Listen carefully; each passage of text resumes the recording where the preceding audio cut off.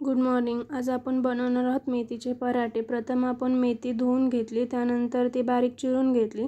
त्यानंतर आहे आपण गव्हाचे पीठ आणि बेसन पीठ टाकून ते मळून घेतले। त्यामध्ये आहे ते मिरची, लसूण, ओवा, जिरे हे मिक्स करून चांगलं मळून घेतलं। त्यानंतर आपण हे पराठे आहेत ते थापून घेतले।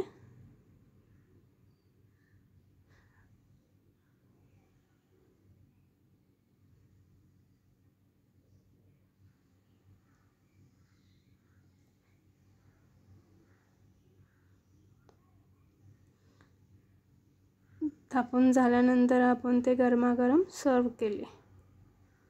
झाले आपले मेथीचे पराठे तयार।